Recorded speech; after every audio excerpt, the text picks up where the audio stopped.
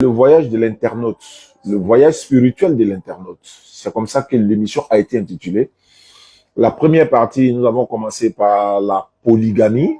Il a fait un développement la dernière fois très exposé, très clair. Et beaucoup de personnes ont posé des questions. Les mamans sont venues, les sœurs sont venues, les frères également. Aujourd'hui, c'est la suite, mais dans la version série des questions et réponses. Mais on va lui donner au moins 10 minutes. Il va replanter le décor, Inch'Allah. Et puis, on va vous faire monter au fur et à mesure pour poser des questions sur le thème du jour. Le thème du jour, la polygamie. Un homme est-il autorisé à prendre plusieurs femmes? Dans quel contexte?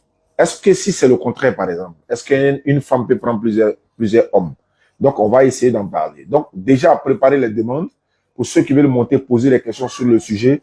Mais en attendant, je vais lui passer la parole et puis me muter. Il va exposer 10 à 15 minutes. Pendant ce temps, vous faites les demandes, je vous fais monter pour attendre qu'il finisse.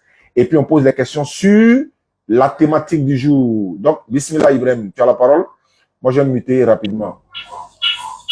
Attends. Attention. Attends, je vais te donner le OK d'abord. Voilà.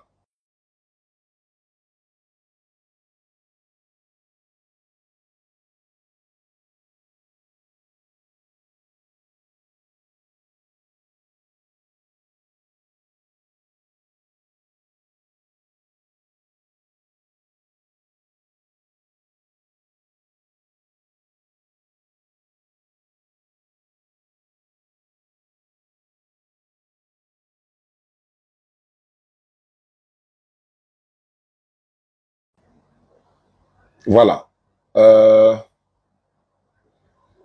Désolé, hein, ce sont les aléas du direct, comme on le dit. Je vais retourner. Voilà, je retourne la caméra et. Allons, je commence. Ferme ton micro.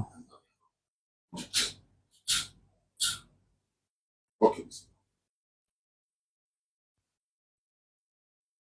أعوذ بالله من الشيطان الرجيم بسم الله الرحمن الرحيم الحمد لله رب العالمين والصلاة والسلام على رسول الله وعلى آله وأصحابه ومن تبعهم بإحسان إلى يوم يقوم الناس لرب العالمين ربي اشرح لي صدري ويسر لي أمري واحلل عقدة من لساني يفقه قولي الذين قال لهم الناس إن الناس قد جمعوا لكم فاخشوهم فزادهم إيمان وقالوا حسبنا الله ونعم الوكيل. Alhamdulillah, louange à Allah, le maître du temps et des circonstances qui transcendent le temps et l'espace. J'espère que vous allez tous bien, frères et sœurs en Adam et mes frères musulmans. Assalamu alaikum wa rahmatullahi wa barakatuh.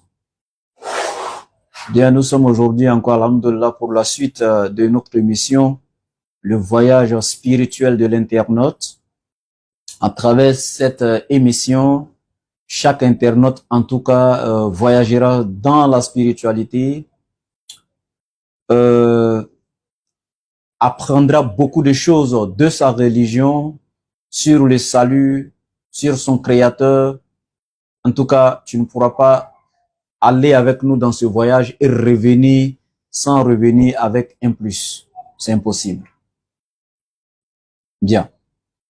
Alors, mes frères et sœurs, avant de continuer le développement, j'aimerais vous dire, pour ceux qui me connaissent d'ailleurs, vous voyez que je parle avec une voix vraiment faible. C'est un souci de santé. C'est pourquoi, d'ailleurs, il y a plusieurs jours qu'on devait faire la suite de l'émission. Oustaz vous a annoncé ici dans cette diète, on fera, et on n'avait pas eu l'occasion de faire la suite jusqu'à aujourd'hui. J'ai vraiment un souci de santé. C'est pas un petit truc comme palu ou autre. Voilà. Mais pour ceux qui nous suivent et qui peuvent venir dans mon inbox, qui peuvent m'aider pour la santé, alhamdoulilah. Ce n'est pas de l'argent que je vous demande, hein. Juste ceux qui peuvent m'aider avec des remèdes ou je sais pas, en tout cas des astuces pour m'aider à avoir la santé, alhamdoulilah.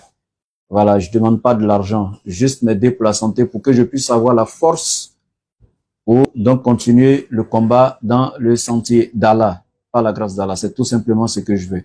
Chez tous mes frères béninois, On m'a dit que ce de quoi je souffre, il y a des plantes au Bénin qui soignent ça. La plante, on la trouve plus au Bénin. Donc, je pèse mes mots.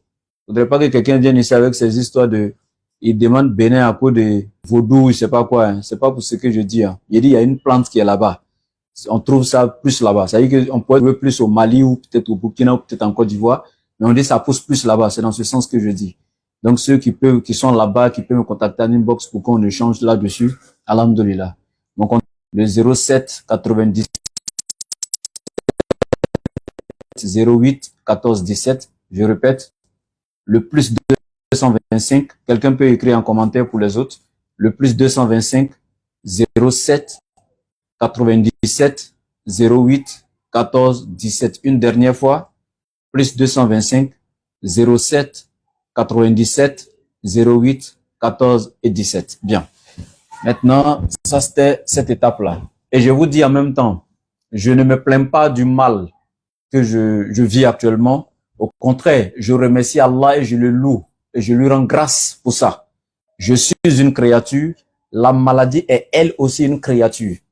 Allah l'a créée et a permis qu'elle soit dans mon corps pour jouer son rôle. Et moi aussi, Allah m'a créé pour jouer un rôle. وَمَا خَلَقْتُ الْجِنَّ وَالْإِنسَ إِلَّا لِيَعْبُدُونَ. Je n'ai créé les djinns et les hommes que pour qu'ils m'adorent. Alors, moi, j'implore Allah, par rapport encore à une de ses paroles, lui-même nous demande, lorsqu'on ne se sent pas bien, de demander la guérison auprès d'Allah et d'aller encore dans les actions, aller chercher le remède parmi les choses licites qu'Allah a créées qui peuvent nous soigner. Donc, c'est dans ce sens-là, en obéissant à Allah, je le fais. Mais ma foi, alhamdulillah. Si aujourd'hui Allah me prend, je dis alhamdulillah. Voilà, donc faudrait pas que des gens pensent que je me plains du mal, non. Allah il dit ahasiban nasu an yutraku an yaqulu amanna wa hum la yuftanun. Les êtres humains pensent que nous les laisserons dire qu'ils sont croyants sans les éprouver. Alors qui suis-je si les prophètes ont été éprouvés? Qui suis-je si les walis ont été éprouvés? Qui suis-je? Vous pensez que je vais rester là à dire que je suis croyant? Ou les gens vont dire, ah, laboratoire, le grand laboratoire, et puis voilà, là, moi, tranquille, je serai jamais malade, ou je sais pas, Allah me prouvera jamais. Non, non, non, ça marche pas comme ça. Est-ce que vous savez une chose? Quand Allah aime quelqu'un, les épreuves, il va vivre, cette personne va vivre les épreuves. C'est un signe du grand amour d'Allah pour le croyant. Mais ceux qui ont une faible foi ne peuvent pas comprendre cela. Bien. Donc, je reviens au thème qui est la polygamie. Comme mon grand frère le disait, le général de la DDA Oustaz Diané. Donc, alhamdulillah, notre émission, c'est le voyage spirituel de l'internaute. Et on avait développé la dernière fois près de 1 heure de temps. On avait laissé donc la latitude aux internautes donc de poser des questions. Et le premier jour où on a posé les questions, le temps était éphémère, donc les gens n'avaient pas pu poser vraiment le maximum de questions. On a interrompu donc l'émission et on avait promis qu'on allait faire une deuxième séance, une deuxième assise dans cette même émission sur donc la suite des questions-réponses. Et en même temps, je lance solennellement cette information. S'il y a des gens, qu'ils soient musulmans ou non, quand on développe un thème, si pour eux, c'est pas une question qu'ils veulent poser, mais juste un échange ou un débat, nous sommes ouverts, hein. Ils peuvent nous contacter, on programme ça, et puis à la même émission, on vient avec le même thème. Par exemple, j'ai développé la polygamie, j'ai donné la position de l'islam, etc. Un chrétien peut être là, et puis bon, il n'est pas d'accord avec la faisabilité donc de la polygamie. C'est son droit de venir nous demander, le numéro est là dans les commentaires, il nous contacte, il nous demande un débat sur le même thème. Donc, quand on développe le thème, on fait les séries de questions-réponses. Si dans les séries de questions-réponses, quelqu'un n'a pas de questions, mais c'est un débat que lui veut sur le thème, nous, on est prêt à le prendre. Nous, on n'a pas de problème pour ça. Voilà, donc il fallait que je spécifie ça. Bien. Concernant la polygamie, je vous ai dit, c'est un mot qui est trop vaste. La polygamie englobe plusieurs formes de mariage en islam. Il y a par exemple la bigamie, qui est le fait qu'une femme puisse avoir 2 hommes comme conjoints, ou comme un homme puisse avoir 2 femmes comme conjoints. En fait, c'est vice-versa. Donc, quand on parle de bigamie, ça peut être la femme qui a 2 maris, ou l'homme qui a 2 femmes. Quand on parle de trigamie, ça peut être la femme qui a 3 femmes, qui a 3 hommes comme mari, comme époux, et l'homme qui a 3 femmes comme épouse. C'est vice-versa. C'est comme ça quand on parle de polygamie, là. Un homme qui a plusieurs femmes, ou une femme qui a plusieurs hommes, etc. Donc, c'est un mot vaste. La polyandrie, quand la femme a plusieurs hommes. Donc, vous voyez que la bigamie, c'est inclus dans la polygamie. La trigamie, c'est inclus dans la polygamie.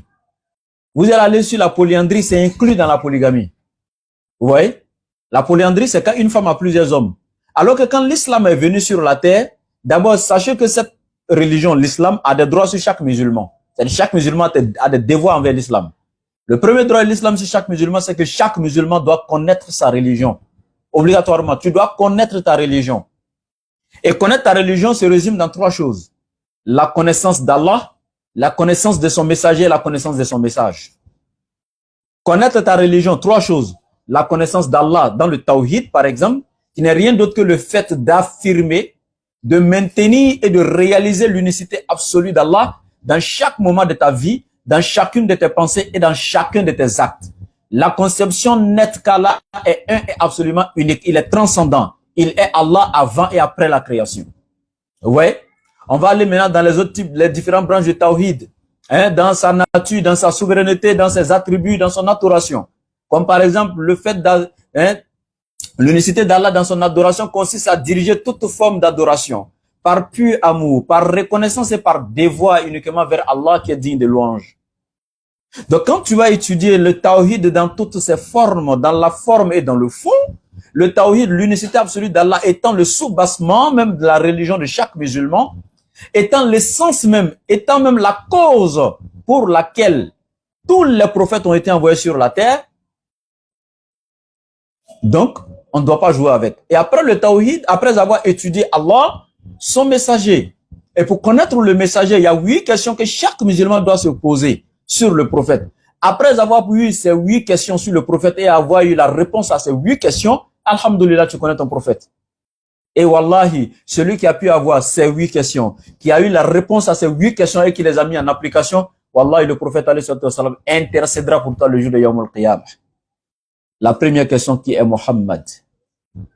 La deuxième question, qui l'a envoyé? La troisième question, à qui a-t-il été envoyé?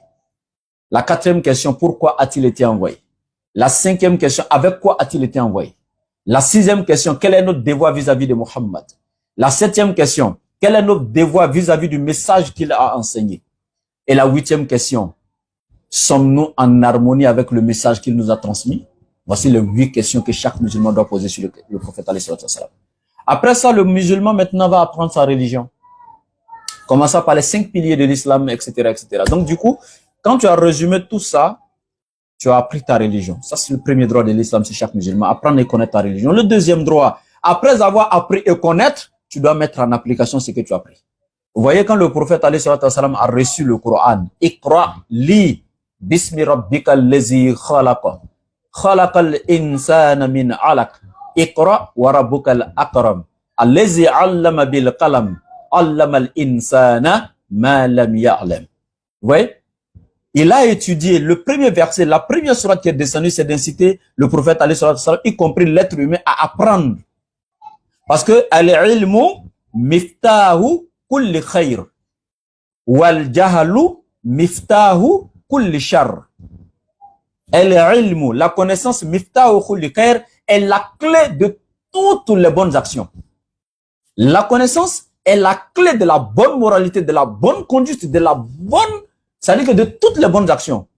C'est al-ilm, la connaissance. Mais wal jahalu, quant à l'ignorance, miftahu kulli shar, c'est la clé de toutes les mauvaises choses, de tous les maux. Allah nous donne la connaissance et la compréhension et surtout la simplicité, l'humilité, la soumission dans cette connaissance. Et non une connaissance qui va nous amener à être prétentieux, fiers, orgueilleux. Parce que tout ce que nous faisons ne soit pas de façon ostentatoire, Inch'Allah. Donc, après avoir appris, quand le prophète a reçu le Coran, c'est Iqra, lit, il a appris. Et après ça, vous allez voir qu'Allah lui dit quoi? Wa innaka la'ala khulqin azim. Tu es certes doté d'une moralité imminente. Est-ce que vous voyez? Donc c'est ça en fait. Tu as appris, tu as connu, il faut mettre en application. Ça dit qu'on doit avoir ce comportement en toi. Parce que la connaissance du Coran, le Coran est le manuel d'utilisation de l'être humain. Chacun doit adapter son mode de vie à la parole d'Allah et non adapter la parole d'Allah à son mode de vie. Et malheureusement, c'est ce que nous voyons aujourd'hui. Et donc, comme je l'ai dit tantôt, le Coran est un code de loi, un code de vie et un code de conduite. Donc, on doit voir ça dans ton quotidien, n'est-ce pas? Donc, la deuxième des choses, c'est de mettre en application. La troisième des choses, c'est de rendre ou de partager avec les autres ce que tu as appris. Vous voyez? Bien. Donc, quand tu as fini tout ça, tu as connu l'islam. Tous ces critères que j'ai donné, les droits de l'islam, c'est chaque musulman, tu as mis tout ça en application. Alhamdulillah, on peut dire que tu es un bon musulman. Donc ici, pour revenir au thème, mes frères et sœurs, la polygamie, comme je l'ai dit, c'est un mot qui englobe plusieurs formes de mariage, mais celle que l'islam a autorisée, c'est la polygynie. La polygynie, c'est elle que l'islam a autorisée. Le fait qu'un homme puisse avoir plusieurs femmes. Et non la polyandrie qui est le fait qu'une femme puisse avoir plusieurs hommes.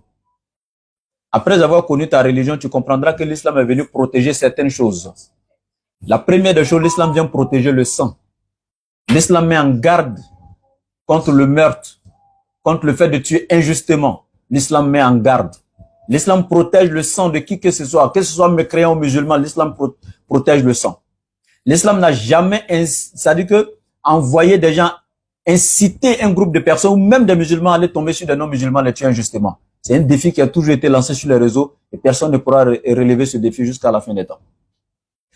Quelqu'un me dira, mais le prophète a fait des djihad. Oui, il a combattu qui?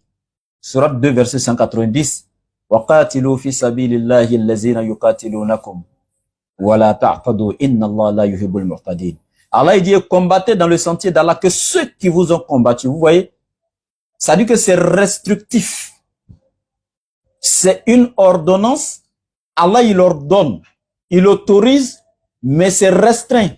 Il y a des règles, il y a des critères à observer. Pour ceux qui ont fait droit à l'école, ils vont comprendre ici qu'il s'agit là de la légitime défense. Parce qu'elle a dit ne combattez que ceux qui vous ont combattu. Ce qui veut dire celui qui t'a jamais attaqué ni t'avoir combattu, lui, il est libre de faire ce qu'il veut. Et encore, parmi ceux qui vous ont combattu, Allah il dit, en te défendant, il dit, voilà, ta'tadu, ne transgressez pas. Alors que ceux qui ont fait droit, ils savent, pour rester dans le cadre de la légitime défense, la défense doit être proportionnelle à l'attaque ou à l'arme de l'attaque ou inférieure et non supérieure à l'attaque ou à l'arme. Et regardez comment le texte est beau.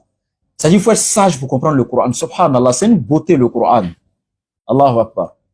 Donc du coup, l'islam vient protéger le sang. C'est quoi le prophète alayhi salam dit? Si un musulman tue un juif ou un chrétien, injustement, juste parce que la personne n'est pas musulmane, c'est-à-dire toi tu te lèves un matin pour aller tuer un chrétien ou bien juste parce que c'est un chrétien n'est pas musulman, donc tu vas le tuer pensant que tu fais djihad pour la cause d'Allah. Le prophète alayhi salam dit ceci: par celui qui tient l'âme de Mohammed entre ses mains. Si un musulman tuait injustement un juif ou un chrétien, juste parce qu'il n'est pas musulman, le paradis serait catégoriquement interdit à ce musulman. Et le jour du jugement, dernièrement, Mohammed serait le défenseur du sang innocent qu'il a versé. Toi, tu es qui? Tu allais tuer les gens juste parce qu'ils sont mécréants. C'est ce qu'Allah t'a demandé.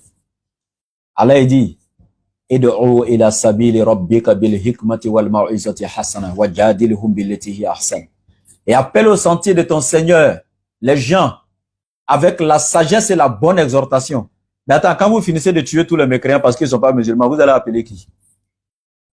On se lève un matin, on tue tout le monde. Et puis on va appeler qui? Allah il dit d'appeler les gens par la sagesse et la bonne exhortation. Est-ce qu'il t'a dit par l'épée ou les armes blanches? Non. C'est de ça qu'il s'agit. Ça, c'est le bel islam. Bien. Donc ici, l'islam protège le sang. Et les liens de parenté, les liens filiales, l'islam vient protéger ça et garantit ça. Mais quand une femme a plusieurs hommes, vous imaginez un peu? Elle a couché avec X, elle couche avec Y et puis elle tombe enceinte. L'enfant est pour qui entre les deux? Quelqu'un me dira, non, elle va aller faire test ADN, nanani, nanana. En dehors de test ADN, moi je suis le mari 1. Il y a l'autre qui est le mari 2, il y a le mari 3, il y a le mari 4. Moi je suis le mari 1. Considérons même qu'on a fait le test ADN et puis c'est mon enfant. Et puis quand on partage les nus, c'est mon enfant, on a fait test ADN, la grossesse moi m'appartient. Sauf que quand mes 3 jours finis là, avec ma grossesse, elle va aller chez le mari 2. Et puis moi, elle laisse le mari 2 toucher ma femme qui est enceinte de moi, quoi.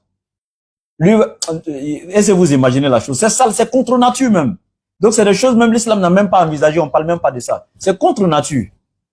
C'est pourquoi pour la petite causerie, moi j'ai une soeur ou cousine quelque part là-bas qui n'aime pas faire de polygamie là. Ben elle fait élevage. Toi, tu achètes un coq et 3 poules, tu déposes. Je dis, mais quel est ton projet? Toi, tu n'aimes pas polygamie, non? Mets une poule sur ton coq, il y a quel problème? Elle n'est pas, elle voit que elle dit, mais, comment une poule sur le coq? S'il y a 3 poules et qu'elles pondent ensemble, c'est bon. Il dit, ah, t'as vu? Donc, quand toi, c'est tes poulets là, tu fais polygamie pour le coq. Est-ce que la poule t'a dit qu'elle était d'accord pour avoir 2 autres poules? T'as pas demandé l'avis de la première poule. Tu vois, en fait, c'est un peu ça. La polygamie, on a tellement détaillé la dernière fois. Et quand vous regardez des femmes dans notre société aujourd'hui, c'est juste des résumés qu'il fait peut-être même 15 minutes, des femmes aujourd'hui dans nos sociétés qui ont atteint la quarantaine comme ça, proches de la ménopause, peut-être même ménopausées, et qui ont perdu leur mari, des veuves qui sont là. Elle est encore peut-être de ses 43, 45 ans. Oui, elle a perdu son mari. Tu penses qu'à 45 ans, avec 5 enfants, peu sont les hommes qui vont les prendre cette femme-là comme première femme, comme sa première épouse? Jamais. Je ne vois pas quel homme, ça serait rare pour un jeune de se aller prendre une maman de 45 ans avec 5 enfants déjà qu'elle a déjà fait, une veuve de 45 ans et 5 enfants, toi tu vas la prendre comme première femme. C'est rare. Mais ces gens de femmes qui sont versées dans la société là, vous faites quoi de nos mamans, de ces femmes-là, qui veulent se réintégrer? Soit peut-être le premier mari est mort pour laisser qui n'a pas laissé c'est-à-dire un bon héritage. En fait, elle a des problèmes parce que le mari est décédé, il n'a pas laissé quelque chose vraiment où la famille peut vraiment subsister à travers ça, etc. Donc elle a besoin d'une action sociale, elle a besoin d'être intégrée socialement ou je sais pas. Mais ses enfants sont là. Elle n'a même pas assez à les nourrir, à plus forte raison, les éduquer ou je sais pas, les amener à l'école, voilà. Mais quand quelqu'un vient prendre cette veuve-là et puis l'intègre, vous voyez pas que non seulement les enfants retrouvent un nouveau papa, même un nouveau beau-père, donc ils se sentent d'un cadre familial. Allez-y demander à ceux qui ont fait des études sur la famille, etc. Ils vous diront, un enfant qui vit d'un cadre familial, même quand c'est pas son père biologique, mais il trouve que sa mère est remariée, ça dit que il a un père, il a une mère maintenant, mais quand c'est pas le père biologique qui est d'un cadre familial, son éducation par rapport aux enfants, aux autres enfants. La majorité, je ne dis pas que c'est tous, mais la majorité de nos enfants aujourd'hui en conflit avec la loi qu'on trouve dans les rues là, vous pensez que quoi? Ce sont des enfants ratés. Les enfants des Tchisa. Parce que vous avez interdit à l'homme de prendre 2 femmes, selon votre loi, votre religion, votre coutume, etc. Il a une femme, il a 10 Tchisa, comme le dit les Ivoiriens, 10 maîtresses en ville. Chacune des maîtresses a 1 ou 2 enfants avec lui. Vous imaginez ça? La maîtresse ne peut pas s'afficher avec les enfants. Bon. La femme légitime ne sait même pas que son mari a des enfants dehors. La Tchisa est là-bas, il a pris une maison pour elle. En tout cas, il envoie tout ce qu'il faut, le nécessaire, etc. Vous voyez ces enfants-là, dans quel cadre ils vivent? Malheureusement, ils ratent leur vie et puis voilà. On a des bandits demain dans la société, on est étonné des conséquences. La famille a un impact positif sur les enfants. Et comme c'est pas le thème, on va en passer. Donc ça, je dis bien nos mamans qui sont là, qui sont veuves, qui sont là. Il y a des hommes qui sont prêts à les prendre comme 2e, 3e femme. Il l'aime, mais certes, elle a avancé en âge. Lui, le problème n'est plus qu'il veut des enfants, un truc. Il a déjà eu sa première femme qui lui a donné des enfants. Mais il l'aime quand même en tant que veuve, elle a encore des atouts, il aime tout. Mais il veut la reprendre, mettre, et puis bon, là, il profite. Il aide aussi les enfants de cette dame, il les intègre, etc. Mais vous les faites comment ces mamans-là, dans la société? Bien, on sait que globalement, si tu regardes en général dans le monde, il y a plus de naissances d'hommes que de naissances de femmes. Les naissances masculines sont plus que les naissances féminines, on sait. Mais dans le cours de la vie, là, généralement, il y a plus de meurtres d'hommes que de femmes. Parce que c'est les hommes qui font les guerres, ils meurent plus, même dans les maladies. Hein? C'est prouvé, il y a plus d'hommes qui meurent dans les maladies que les femmes. Et encore dans les accidents, il y a plus d'hommes qui meurent dans les accidents que les femmes. Donc, tu vas le trouver, il y a des pays, il y a des endroits où les femmes font 3 fois le nombre d'hommes. C'est-à-dire que s'il y a 60 femmes, on n'a que 20 hommes. Vous faites comment? Si chacun des hommes doit prendre qu'une seule femme, les autres 40 femmes qui restent là, tu fais quoi? C'est pourquoi le prophète vous dit ceci. Une société qui délaisse la polygamie au détriment de la monogamie connaîtra 4 grands fléaux. 1. La prolifération des enfants illégitimes. La prolifération de l'adultère. La prolifération de l'infidélité, la dépravation totale des mœurs. Et malheureusement, c'est ce que nous vivons aujourd'hui dans beaucoup de sociétés où la polygamie est négligée, voilà, est mal vue, est mal considérée. Et aujourd'hui, nous voyons la dépravation partout. Le système de Tchia est activé partout. Et c'est gravissime. Donc, je vous dis ceci. La polygamie a un impact positif C'est une seconde forme de mariage, c'est pas une obligation en islam, c'est une option. Dans des cas vraiment spéciaux, comme quand vous regardez la bataille de Houd, la cause même de la révélation du verset, si vous ne savez pas, après la bataille de Houd, il y a eu beaucoup de musulmans qui sont morts dans la bataille là. Au début de la bataille, les musulmans avaient eu la victoire, pour ceux qui connaissent l'histoire. Sauf que le prophète a donné l'autorisation aux archers qui étaient en haut de ne pas descendre la montagne. Mais quand ils ont vu leurs frères musulmans en train de chasser les mécréants qui couraient déjà, ils ont vu le butin et tout, ils ont désobéi au prophète. Regardez les conséquences quand on désobéit à Allah et son messager. Allah a redonné encore. Les mécréants sont venus et ça a été une leçon pour les musulmans. Mais dans cette bataille-là, les mécréants ont vraiment tué tellement de musulmans. Mais après ça, leurs femmes sont restées les veuves avec leurs enfants, etc. Donc les autres quelques sahabas qui étaient là, le prophète va leur dire de poser cette action sociale-là. Marier les épouses de vos frères qui sont morts dans la djihad, ainsi que intégrer leurs enfants, prenez soin de leur famille, etc. Voici comment ils ont essayé d'intégrer ces femmes-là, etc., etc. Parce que il n'y avait pas encore assez de musulmans. Ces femmes-là n'allaient pas aller se marier avec les mécréants. Donc les autres frères musulmans qui sont là, prenez aussi ces femmes-là. Ouais. Donc, il y a des cas où vraiment la polygamie est vraiment nécessaire. Voilà. Donc, c'était juste pour toucher quelques points, non? Comme je dis, la santé, c'est pas trop ça. Je vais m'arrêter là, puis on va aller juste, comme c'était juste les questions-réponses, on va aller sur les questions, je vais arrêter le développement. Donc, vous montez avec les questions et puis il n'y a pas de problème. Voilà. Je m'arrête là. Salam alaikum. Wa alaykoum salam wa rahmatullahi wa barakatuh. Ok, on va rapidement prendre déjà ce que j'ai fait monter. Je vois Fatim, je crois que c'est Fatim Lasta ou bien Fatim, bon, je vois Fatim. Bonsoir ma soeur.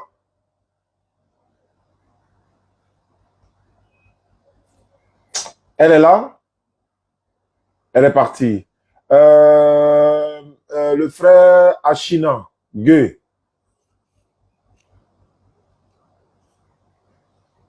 Est-ce que tu es là? Tu mettais un commentaire, le salam là. Donc, nous sommes là pour te répondre, Inch'Allah. Si elle n'est pas là, s'il n'est pas là également, on va passer à Dao Bakari. Est-ce que vous m'entendez? Oui, salam alaikum. Ah, wa alaykoum salam. C'est une soeur qui est derrière le nom Dao. Hein? Oui, Ah, Barakissa, pardon. oui, vous savez. Salam alaikum, ma soeur. Parce que les femmes sont plus concernées dans la polygamie, parce que c'est elles qui. Voilà pourquoi il fait monter plus de femmes. Donc, wa alaykoum salam, ma soeur. Bismillah, quelle est ta question? Moi, c'est pas pour ça. Moi, je suis montée. Je voulais poser certaines questions sur l'islam. Sur le thème, non? Le thème aujourd'hui, c'est la Oui, sur le thème polygamie. de la Hein? prière. Non, c'est Moi, pas c'est le. la prière, en fait. Non, c'est pas le thème du jour. Le thème du jour, c'est la polygamie. Peut-être qu'une autre fois, on va faire ce thème de la prière là. Voilà. Moi, je suis pas encore mariée, donc en matière de ça, je peux pas trop parler. D'accord, donc on va devoir, on va relancer, on a beaucoup d'émissions qui sont en train de se préparer. Ok. Tout ça, voilà, ça va venir, Inch'Allah. D'accord, madame. Wa alaykoum salam wa rahmatullahi wa barakatuh. Oui, oui, à China Gueux. Oui. Allons-y, quelle est ta question sur le sujet? Bon, et moi j'aimerais savoir au niveau de la polygamie là, si de la manière que l'Oustaz a dit pour les femmes âgées là. Bon, moi je suis un enfant, je ne suis pas encore arrivé à ce stade, mais j'aimerais savoir, parce qu'il y a d'autres que je vois actuellement, on leur donne les femmes veuves qui sont plus âgées et puis qui ont envie de se remarier, on leur donne, mais qui ne s'occupent pas en tant que tel parce que c'est un truc qui n'était pas dans son programme, lui, donné parce que c'est pas familial. Maintenant, est-ce que aussi il ne l'apprend pas comme de la manière qu'il prend lui-même sa propre épouse qu'il a adoptée là-haut? Est-ce que ça n'a pas de conséquences après? Ça dit que c'est une veuve. Il veut la prendre comme deuxième femme ou troisième.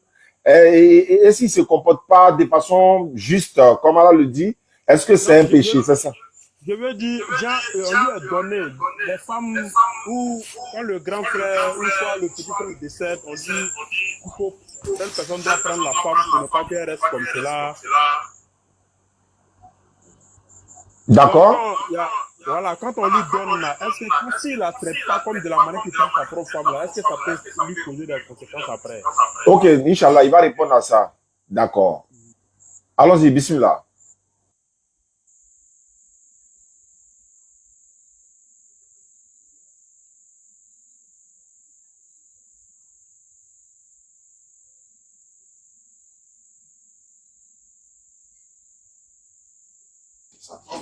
Ok, très belle question. S'il vous plaît, les chrétiens, tapotez, tapotez, tapotez. Tapotez, mes frères chrétiens, tapotez le live. Partagez, tapotez, tapotez, mettez le cœur. J'ai dit mes frères chrétiens, je pèse mes mots, tapotez, tapotez mes frères chrétiens. Voilà.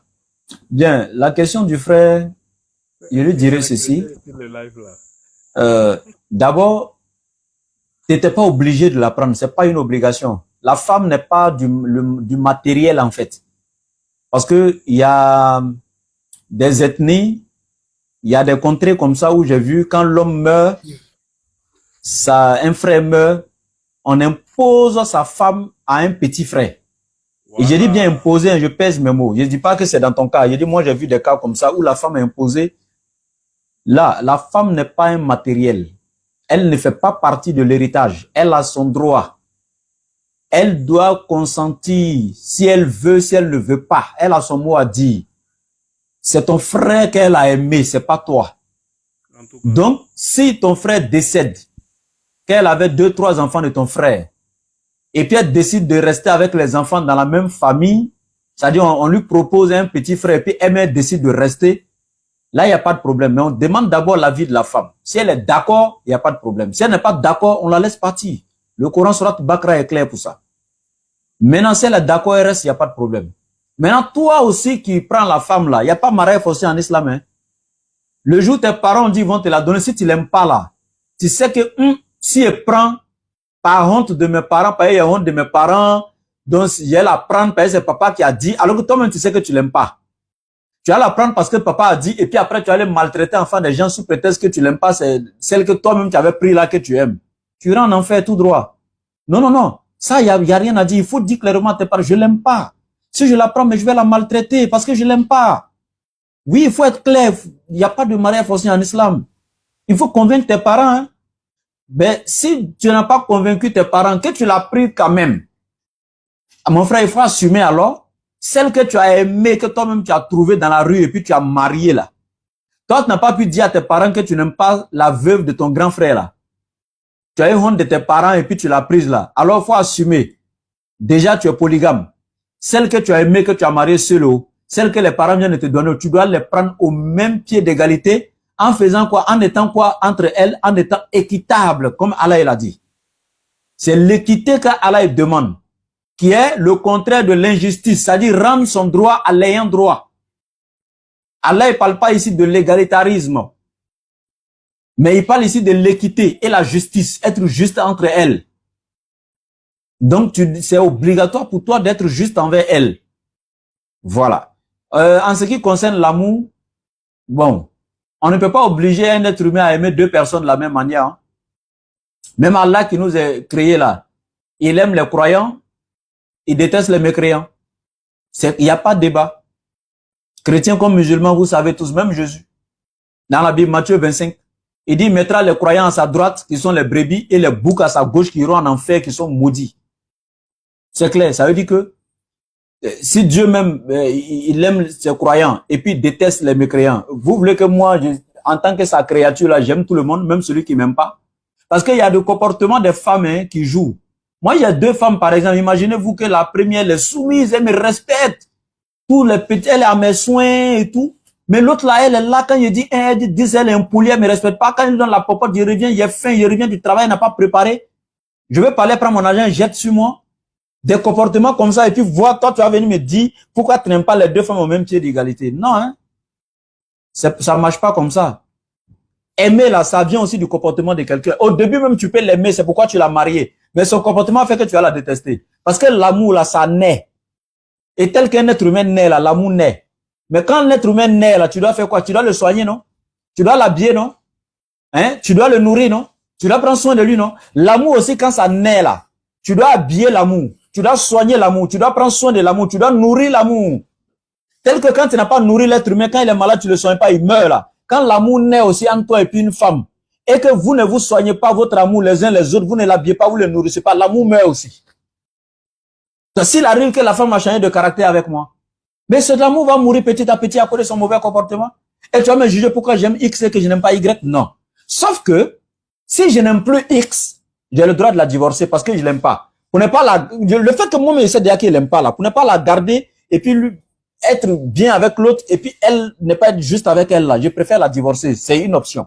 Et si je la divorce pas, malgré qu'elle m'obéit pas, je dois rien donner à celle-là si elle n'est pas donnée à l'autre. Je dois les prendre au même pied d'égalité. Mais concernant l'amour maintenant, si j'aime celle qui est soumise, que je n'aime pas celle qui est insoumise, je n'ai pas de péché là-bas.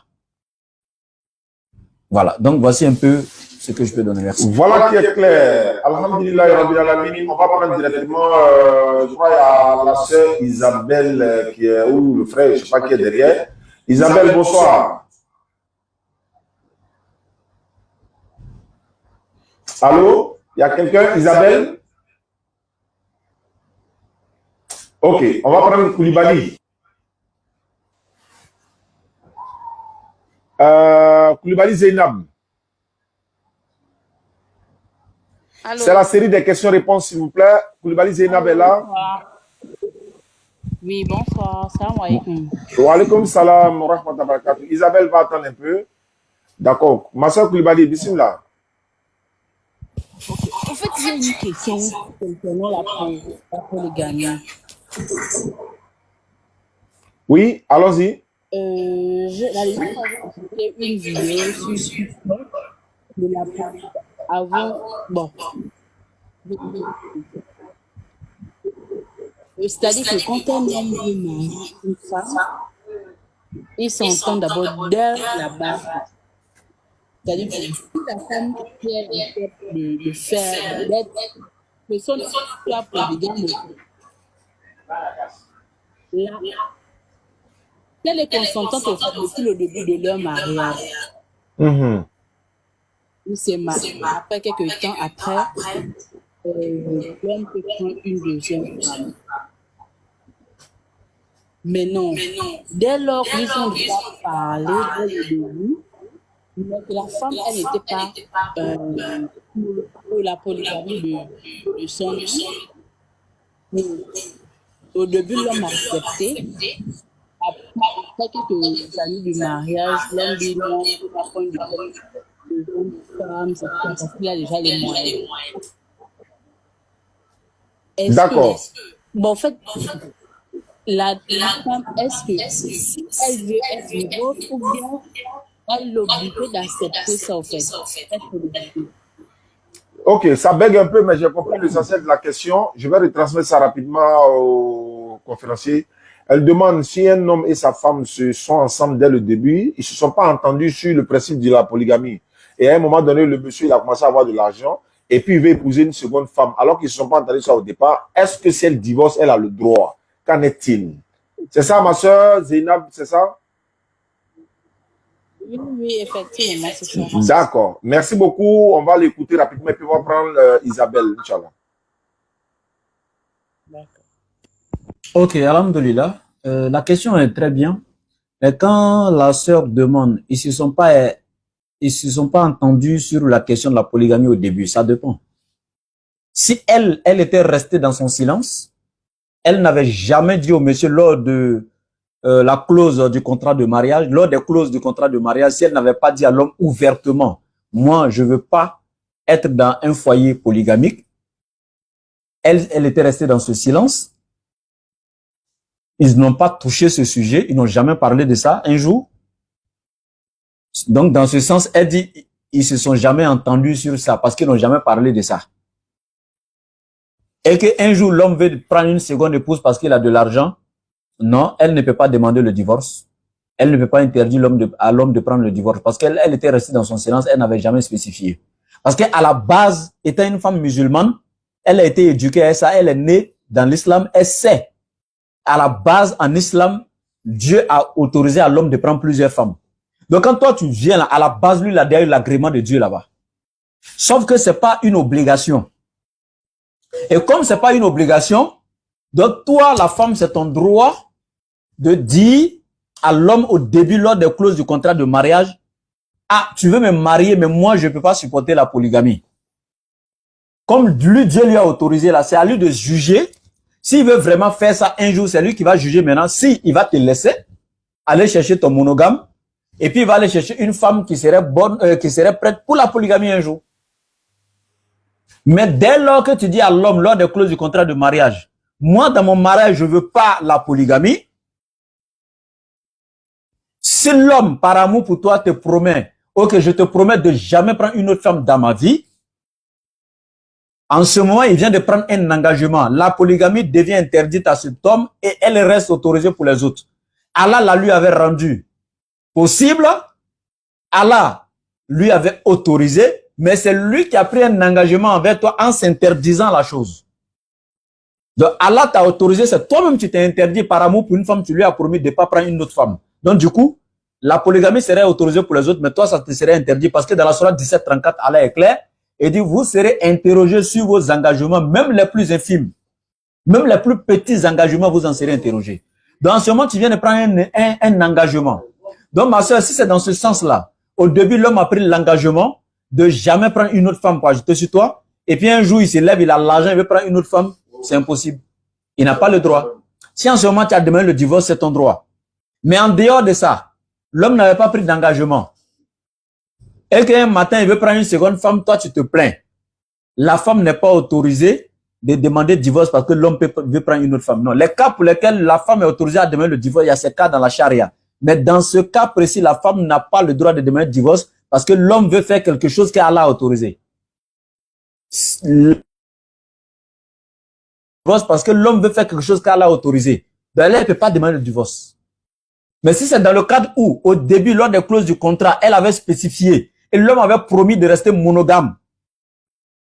Là, si après ça, l'homme veut faire la polygamie, elle peut demander le divorce. Parce que l'homme lui avait fait une promesse. Alors là où l'homme fait la promesse à la femme de jamais prendre une autre femme, la polygamie devient interdite à cet homme. Maintenant, ce que je voulais donner comme conseil à mes frères, en donnant ce genre de promesse à la femme, il faut beaucoup réfléchir 1001 fois. Parce que pourquoi la femme, il peut te donner cette promesse au début, et puis après ça va tomber. Hein. Pourquoi? Parce qu'il y en a qui conditionnent. L'homme peut te dire, bon, je t'aime. Comme tu me dis, tu veux pas que je prenne une seconde femme dans l'avenir, mais si tu restes pour moi, une femme, en tout cas soumise, une épouse vertueuse dans le sens propre du terme, et que j'arrive à avoir tout ce qu'un homme peut avoir à travers son épouse, je ne prendrai pas autre femme. Dans ce cas-là, s'il arrive un jour que tu deviens une femme impolie, insoumise, l'homme a le droit de prendre une autre femme. Son engagement va tomber. Allah ne va pas lui tenir rigueur. Parce qu'il t'avait dit, si tu restais une épouse pieuse et qu'il avait en toi tout ce qu'un homme peut avoir dans une bonne épouse, lui n'allait pas prendre une autre femme. C'est la promesse qu'il t'avait faite. C'était la condition. Mais toi, tu as changé. Toi, tu as trahi. Parce que toi, tu es devenu impoli. Ça fait un. Deuxièmement, toi, on est venu trouver que tu es stérile, tu ne peux plus faire enfant. Or, lui, il veut faire enfant dans sa vie. Tu vois? Donc, du coup, bah, il t'avait dit, si je peux avoir en toi tout ce que je désire avoir dans une femme, si j'ai ça déjà en toi, oh, il désire avoir des enfants, etc. Il y a tout ça dedans. Il désire avoir une femme soumise, etc. Donc, si toutes ces conditions sont remplies, il doit tenir son engagement. Mais si toi, tu changes, ou bien il vient trouver que tu as une maladie, tu as des problèmes, ou il n'arrive pas à avoir le droit conjugal avec toi, il veut pas tomber dans l'adultère, il sera obligé de prendre une seconde épouse. Donc, c'était plusieurs détails que je voulais te donner, quoi, pour profiter, mais je m'arrête là. On n'est pas trop compliqué ça dans la tête déjà parce que la charia est un peu truc. Voilà, mais je reviens maintenant pour résumer sa réponse. Si au début, ma soeur, l'homme s'était engagé avec toi pour dire, je te donne ma parole, je ne prendrai pas une autre femme. Et puis après, dans le mariage, maintenant, il a eu l'argent, il veut prendre une autre femme. Il a trahi son engagement. Alors là, Allah va l'arrêter le jour de Yawmul Qiyamah. Est-ce que tu es autorisé à demander le divorce? Parce que l'homme a trahi son engagement. C'est toi qui vois. Si tu sais que tu l'aimes plus, si tu restes là, tu vas le désobéir. En le désobéissant, tu deviens une femme qui est insoumise à son mariage, dans son mariage, et que tu iras en enfer. Tranquille, sors, et puis va derrière un autre homme que tu aimes. Merci. Ok, rapidement, on va prendre Isabelle. Isabelle est là? Isabelle est là? Oui, salam alaikum. Wa alaikum salam. Et bonne guérison à laboratoire. Oui, c'est vrai, il est malade, hein. Donc il demande comme ça, on lui a dit que sa maladie, ceux qui sont au Bénin, Inch'Allah, sont spécialistes, voilà, dans ce cas-là. Mais bon, c'est Allah qui guérit, hein. Donc toute personne qui peut lui apporter des médicaments, des remèdes, c'est pas forcément de l'argent, parce que l'argent peut pas payer la santé. Or, si on n'a pas la santé, on peut pas faire la dawa. Donc après, il va revenir sur ça, comme on est un peu nombreux maintenant, Inch'Allah. Mais allons-y, ma soeur, vas-y, bismillah. Moi, je voulais savoir la polygamie, c'est combien de femmes? J'ai pas compris? Parce qu'il y a des familles, je voulais savoir la polygamie, est-ce que c'est une forme? C'est sur quelle forme? Combien de formes, quoi? C'est basé sur combien de catégories? Ah, il y a combien de catégories de polygamie, d'accord? Parce qu'il y a des familles polygames, quand tu vois, tu ne fais pas de différence entre les épouses. D'accord, tu ne fais pas de différence entre les épouses, oui? Tout le monde est même chose. Tout le monde est même chose. Ah, si. Oui, là, quand le mari se Mais comporte par bien. contre, il y a des familles polygames. Il y a des familles polygames, les enfants, c'est la guerre. Oui, ça c'est vrai. Personne ne peut aider l'autre à évoluer. Parce qu'on dit, c'est moi, je dois. Donc, D'accord. je voulais savoir si c'est basé sur la tête. Ok, il n'y a pas de souci. On va lui poser la question rapidement. Et voilà, d'accord. Ah, défermer mon micro. Ok. Quand elle parle. Ok. Merci beaucoup, la sœur Elisabeth, Isabelle. On a compris la question, Inch'Allah. Maintenant, rapidement, Ama est là? Oui. Tu as compris la question, moi? Ok, allons-y. Je fais mon micro. Bien, après ça, on va prendre au moins 3 questions et puis c'est bon. Voilà, au moins 2 comme ça. Ce que je peux dire tout simplement, c'est que elle demande, il y a combien de types de polygamie, mais après ça, j'ai compris ce qu'elle voulait dire, l'esprit. L'esprit, c'est que quand elle voit des foyers polygamiques, bon, en réalité, moi, je dis la polygynie, voilà, où un homme a plusieurs femmes.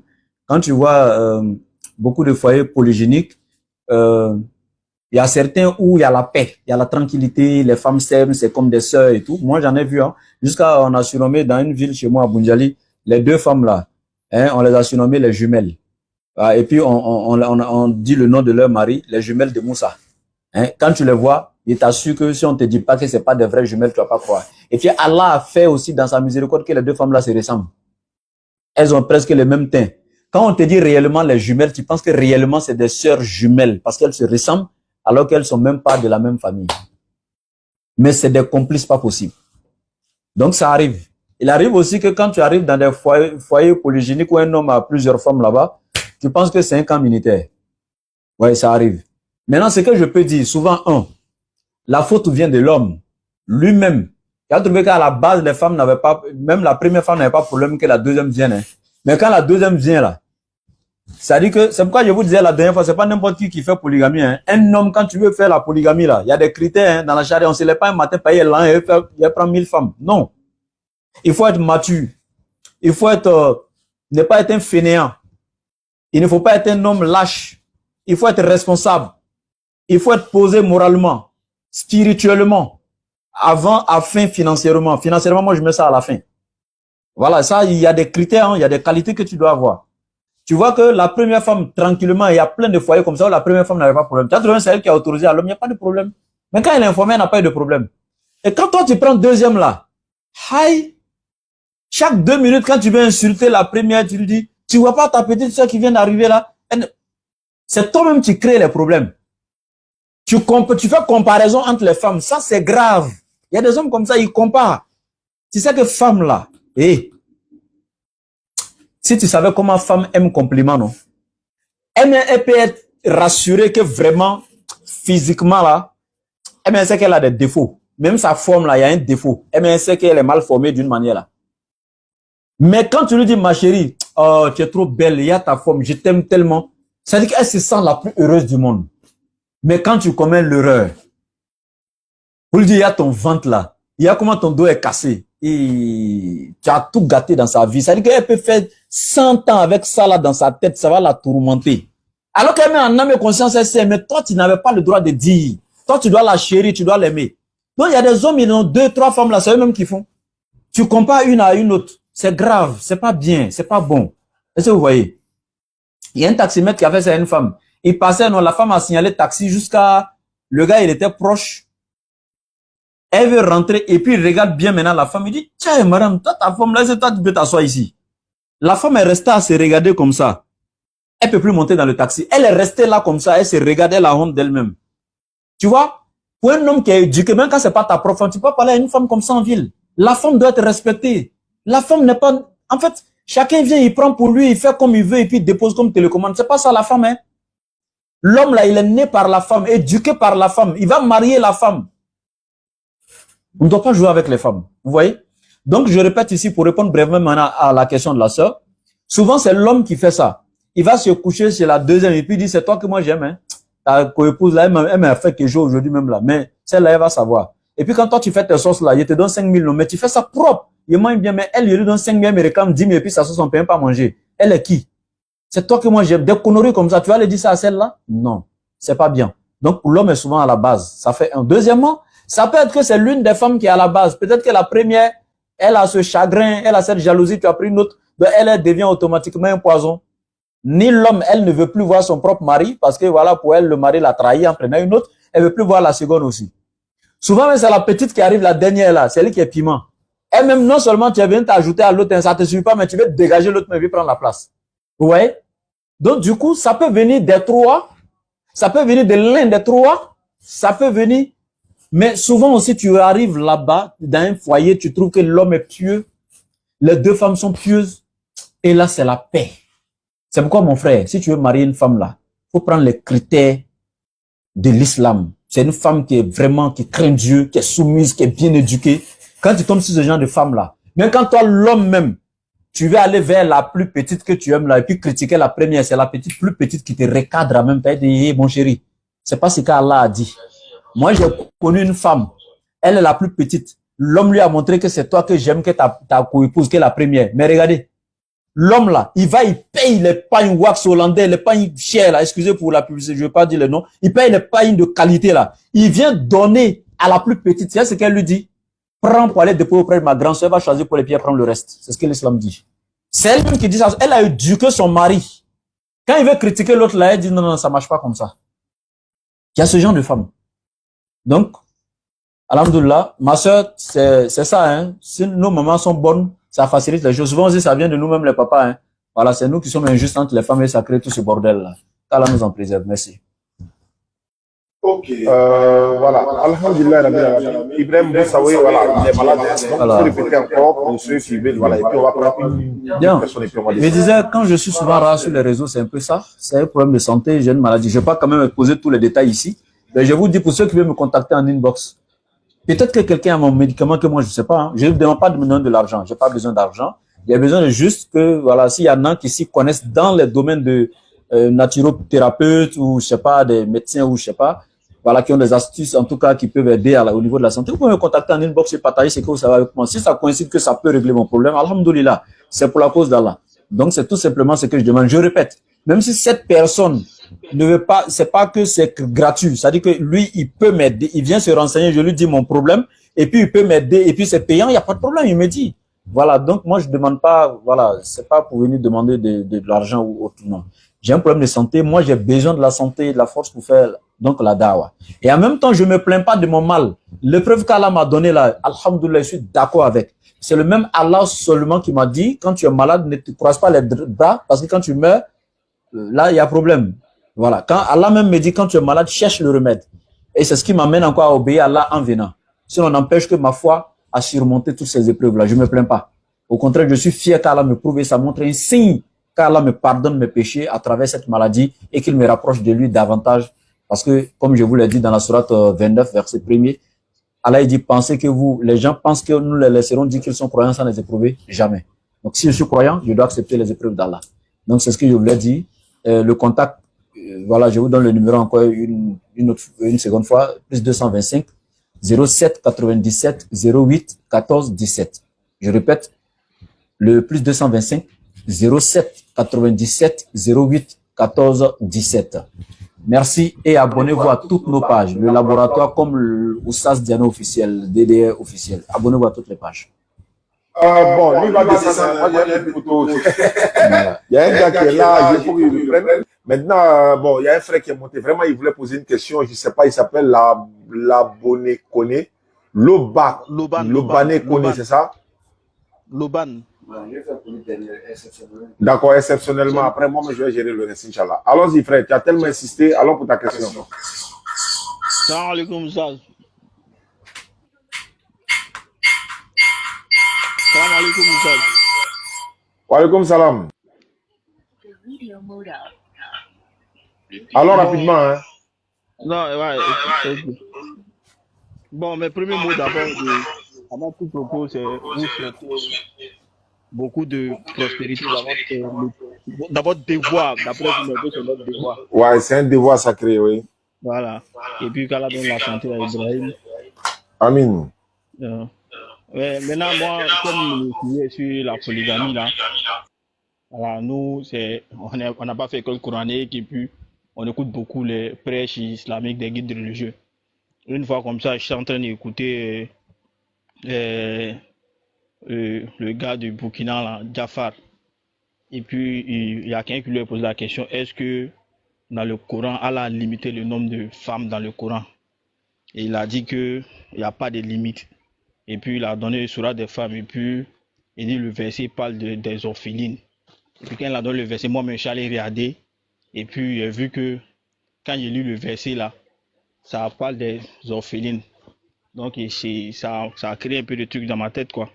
Donc, alhamdoulilah, aujourd'hui, comme la DDR est là et puis le laboratoire est là, donc je voulais poser une question si c'est possible, pour avoir des réponses, non? D'accord, il n'y a pas de souci. Il va répondre. Je vais devoir te faire descendre et puis il va répondre et puis on va terminer. Merci déjà pour ta question. Merci pour les compliments. On reste en contact.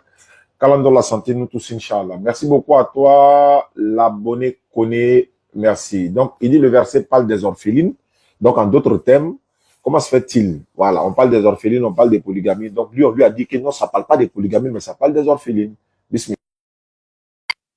Oui, Académie DDS, c'était pas mon micro qui était ouvert, pour moi, il était fermé. En fait, celui qui posait question, quand lui parle là, Oussad Diané devait fermer son micro. Voilà, effectivement. Voilà, c'est pas à mon niveau. Maintenant, la question qu'il pose là, le verset qui demande de prendre les femmes 2, 3, 4, ne parle pas des orphelines. Parce que faites très attention avec le Coran. Allah a juste parlé des orphelines au début et puis la suite. Donc quand tu dis, tel a dit, il n'y a pas dit le nom du savant que tu as donné, c'est un savant, je le respecte, il n'y a pas de problème. Mais quand tu dis ce savant dit non, dans le nom qu'Allah a donné sur 2, 3, 4, là, Allah a parlé des orphelines. Non, non, non, lisez bien le verset. Allah il dit, wa in khiftum, si vous craignez, Allah tuqsitu fil yatama, de n'être pas juste envers les orphelines. Là, ici, Allah parle des orphelines d'abord. Si vous craignez de n'être pas juste envers les orphelines, Allah dit quoi? Fankihu ma toba lakum minan nisa. Alors, il est permis d'épouser 2, 3 ou 4 parmi les femmes. Ma toba lakum minan nisa. Parmi les femmes. Donc ici, là, il ne parle pas des orphelines. Le verset 2, il dit donnez aux orphelines leurs biens. Là, il parle des orphelines au verset 2. Il dit ne substituez pas le mauvais au bon. Il parle toujours des orphelines. Il dit ne mangez pas leurs biens avec les vôtres. C'est vraiment un grand péché. Et il continue au verset 30. Et si vous craignez de n'être pas juste envers les orphelines, là, il tourne la page maintenant. Si vous craignez de n'être pas juste envers les orphelines, alors les autres femmes libres, là, il dit mariez parmi les femmes. Ouais, non, il vous est permis d'épouser 2, 3, 4 parmi les femmes qui vous plaisent. Là, il ne parle plus des orphelines. Il faut savoir faire la part des choses. Voilà, quand il a pris le sujet des orphelines, là, ça c'est dans le verset 2.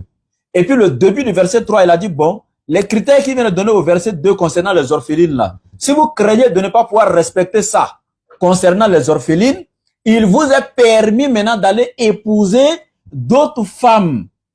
2, 3 et 4. Maintenant, quand à la limite, là, est-ce qu'Allah il a dit 4, etc. Non, n'a pas ajouté, etc. Il dit 2, 3 et 4 ou 4. Il s'est arrêté à 4. Donc toi, quand tu as quel argument pour dire qu'Allah dépasse 4 ou bien on peut dépasser 4? Non. Il y a les hadiths authentiques qui sont dans la kitab de Bukhari, etc. rapportés, authentiques avec les chaînes de transmission authentiques, où le prophète, quand le verset est descendu pour limiter le nombre de femmes à 4 là, le prophète a trouvé qu'il y a des sahabas qui avaient 11 femmes, il y en a qui avaient 5 femmes, il y en a qui avaient plus de 10 femmes. Vous savez ce qu'il a fait? Si on devait faire exception à quelqu'un, on allait dire, comme le verset avait trouvé que eux avaient déjà ces femmes-là, donc eux vont rester. Et puis les nouveaux mariants là, eux vont prendre les 4, 4, 4. Mais il y a de la charia n'a même pas joué rôle là-bas. Il n'a même pas ouvert une porte pour eux. La charia dit quoi? Le prophète les appelle et puis dit aux gars, choisis 4 parmi tes femmes et puis libère le reste. D'autres personnes vont les marier. Ceux qui avaient déjà 10 femmes, avant que le verset ne soit révélé là, ils choisissent 4 et puis ils libèrent les autres. Quelqu'un devrait les marier. Les femmes ont été limitées à 4 au temps du prophète. Donc, c'est ça, en fait. Voilà, je m'arrête là. Merci. Salam alaikum. Wa alaikum salam wa rahmatullahi wa barakatuh. Marhaban bikum. Merci beaucoup. Jazakallahu khairan wa jaza. Merci à ceux qui nous suivent à travers le monde. On va s'arrêter là. Le laboratoire est descendu. C'est déjà bon. Moi, je vais continuer légèrement. Et puis, voilà. On va se donner rendez-vous dans une prochaine émission. Les madames, là, elles ont